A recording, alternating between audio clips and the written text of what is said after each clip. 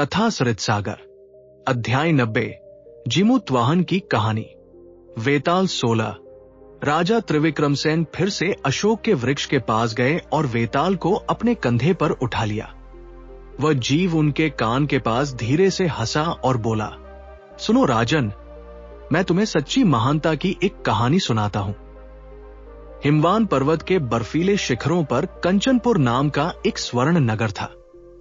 वह पृथ्वी पर गिरे हुए सूर्य के एक टुकड़े की तरह चमकता था। उस राज्य के राजा जीमूतकेतु के पास एक दिव्य कल्पवृक्ष था, जो उनके वंश की हर इच्छा पूरी करता था।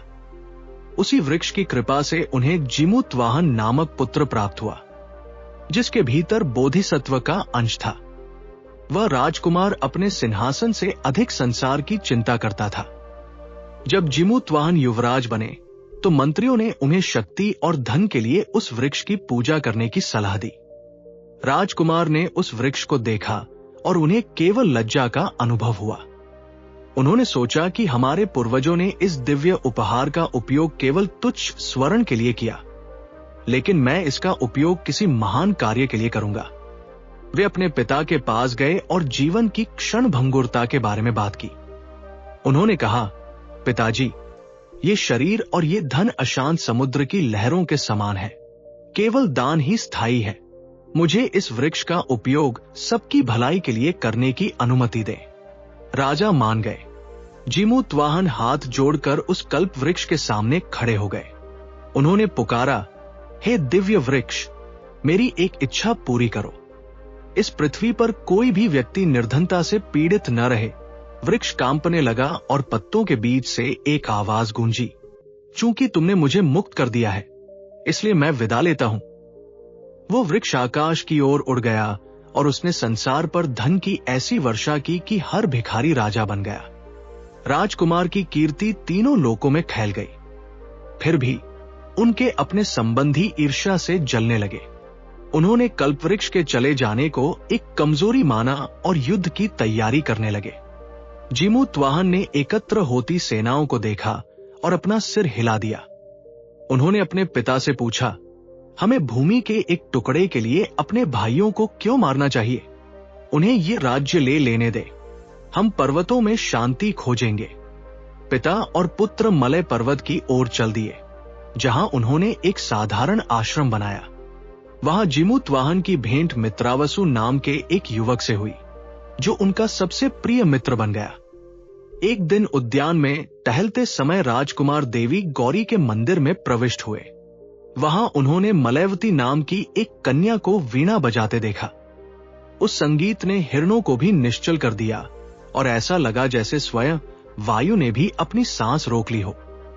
उनकी आंखें मिली और प्रेम की अग्नि ने उन दोनों को व्याकुल कर दिया। मलयवती अपने महल लौट आई, लेकिन वियोग की पीड़ा ने उसका हृदय विदीर्ण कर दिया। वो न तो खा सकी और न ही सो सकी। उसका मन उस सुंदर अजनबी के साथ वन में ही रह गया था। हताश और अकेली वो पुनः गौरी के मंदिर लौटी। उसे विश्वास था कि वह अपने प्रेमी को फिर कभी नहीं देख पाएगी। उसने अपने वस्त्र से एक फंदा बनाया और अपने जीवन का अंत करने की तैयारी करने लगी। उसी क्षण आकाश से एक दिव्य वाणी गूंजी, पुत्री, ऐसा मत करो। राजकुमार जीमूतवाहन ही तुम्हारे पति होंगे। जीमूतवाहन, जो वृक्षों के पीछे से ये सब देख रहे थे, दौड़कर आगे आए और उसे पकड़ लिया। उन्होंने फंदा हटाया और उसे सांत्वना दी। शीघ्र ही मित्रावसु ये समाचार लेकर आए कि उनके माता पिता इस विवाह के लिए सहमत हो गए हैं। दोनों परिवारों ने भव्य संगीत और उत्सव के साथ विवाह संपन्न किया। एक सुबह जीमूतवाहन मित्रावसु के साथ समुद्र तट पर टहल रहे थे। उन्होंने वहां मील तक फैली सफेद पहाड़ियां देखी। उन्होंने पूछा, ये ढेर किसके हैं? मित्रावसु ने लंबी सांस लेकर कहा, ये नाग जाति की हड्डियां हैं। बहुत समय पहले नागों के राजा वासुकी ने विशाल पक्षी गरुड़ के साथ एक समझौता किया था।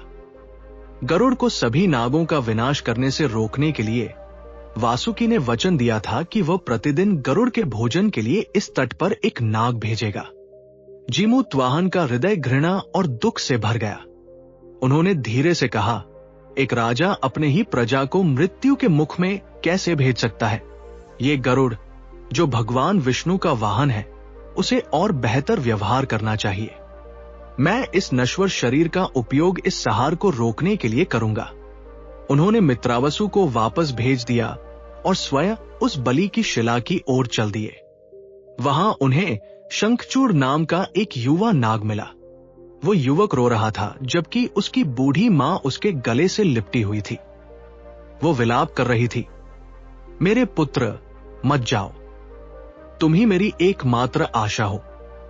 जीमूतवाहन मुस्कुराहट के साथ आगे बढ़े और बोले, माता, रो मत, मैं तुम्हारे पुत्र का स्थान लूंगा। मैं गरुड़ को अपना शरीर अर्पित कर दूंगा। कथा सरितसागर, अध्याय 90, जीमूतवाहन का बलिदान और गरुड़ की दया, भाग 2। जीमूतवाहन बलिदान की उस शिला पर दृढ़ता से खड़े रहे। उनका हृदय एक ऐसी करुणा से भरा था जो पूरे संसार में फैली हुई थी। शंखचूड़, वो नाग जो गरुड़ की चोंच के लिए निर्धारित किया गया था, उसने अश्रुपूरित आंखों से अविश्वास के साथ उनकी ओर देखा। उसने जीमूतवाहन से नीचे उतरने की विनती की और जोर देकर कहा कि वो शुद्ध शंखपाल कुल के किसी सदस्य को दूसरे की मृत्यु के माध्यम से सुरक्षा स्वीकार करने की अनुमति नहीं दे सकता। लेकिन जीमूतवाहन केवल मुस्कुराए। उनका संकल्प उस पर्वत के समान ही अचल था। उन्होंने शंखचूड़ से अपनी माता के पास लौटने और उस भयानक जंगल को छोड़ने का आग्रह किया, जहां वध की वो शिला पहले से ही अनगिनत पीड़ितों के रक्त के धब्बों से भरी हुई थी। शंखचूड़ ने जब देखा कि वह उस नायक को विचलित नहीं कर सकता, तो उसने सम्मानपूर्वक विदा ली और गरुड़ के आने से पहले गोकर्ण की अपनी अंतिम प्रार्थना करने चला गया। जब जीमूतवाहन अकेले प्रतीक्षा कर रहे थे, तभी आने वाले पंखों की हवा से वृक्ष हिलने लगे और करहाने लगे।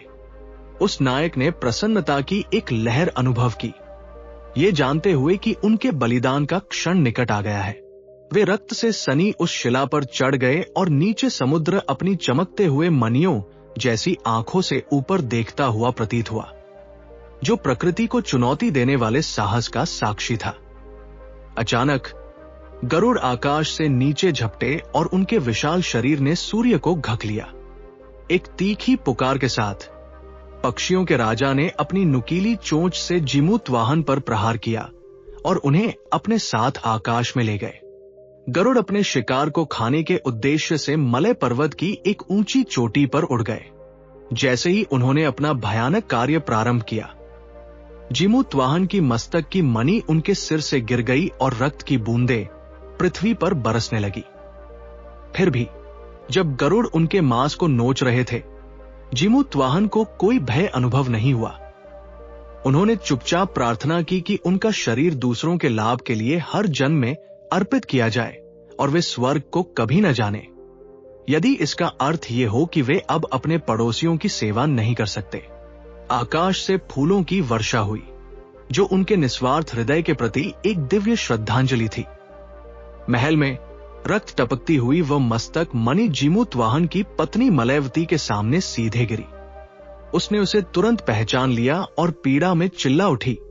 वो भयानक प्रतीक अपने पति के माता पिता को दिखाया। राजा जीमूतकेतु और रानी कनकवती ने अपनी ध्यान की अलौकिक शक्तियों का उपयोग करते हुए उस बलिदान की सच्चाई को देख लिया। वे मलय पर्वत की ओर दौड़ पड़े और शोक संतप्त मलयवती भी उनके साथ चली गई। इस बीच शंखचूड़ अपनी प्रार्थना से लौटा और उसने बलिदान की शिला को रक्त से भीगा हुआ पाया। जो कुछ हुआ था उसे समझकर उसने उन लाल बूंदों के मार्ग का पीछा किया, जो उस व्यक्ति को बचाने के लिए व्याकुल था जिसने उसका स्थान लिया था।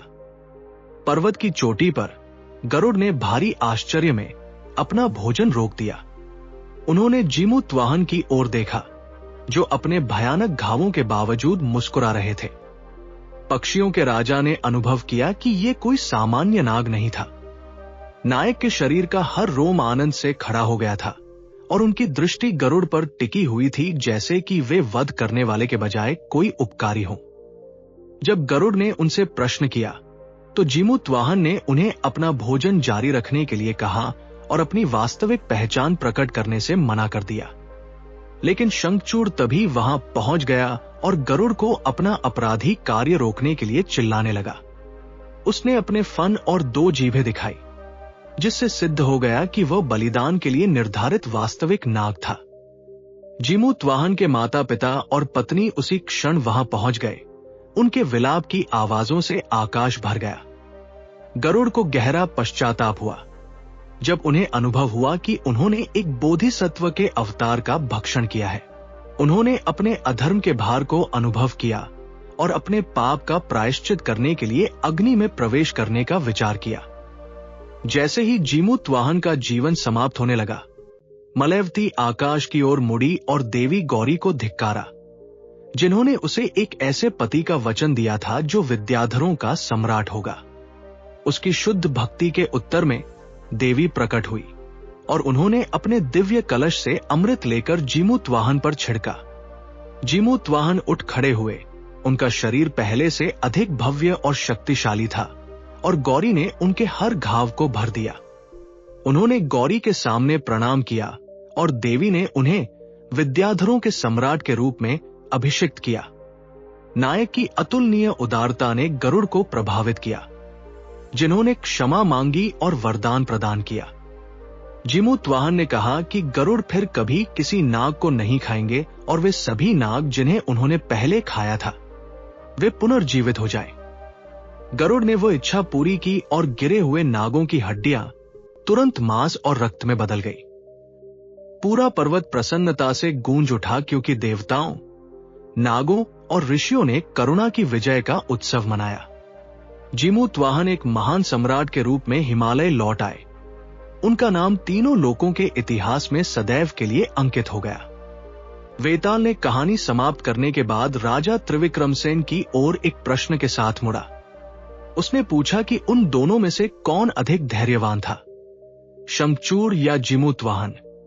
राजा ने सत्य बोलने के अपने वचन से बंधे होने के कारण उत्तर दिया कि यद्यपि जीमूतवाहन का पुण्य महान था, लेकिन शंखचूड़ अधिक प्रशंसा का पात्र था, क्योंकि शंखचूड़ ने एक निश्चित मृत्यु से बचने के बाद भी अपने शत्रु का पीछा किया ताकि वह अपना शरीर एक बार फिर अर्पित कर सके। उत्तर से संतुष्ट होकर वेताल राजा के कंधे से फिसल गया और वापस अंधेरे में लुप्त हो गया। दोस्तों, अगर आपको ये कहानी पसंद आई हो तो इस वीडियो को लाइक करें, चैनल को जरूर सब्सक्राइब करें। धन्यवाद।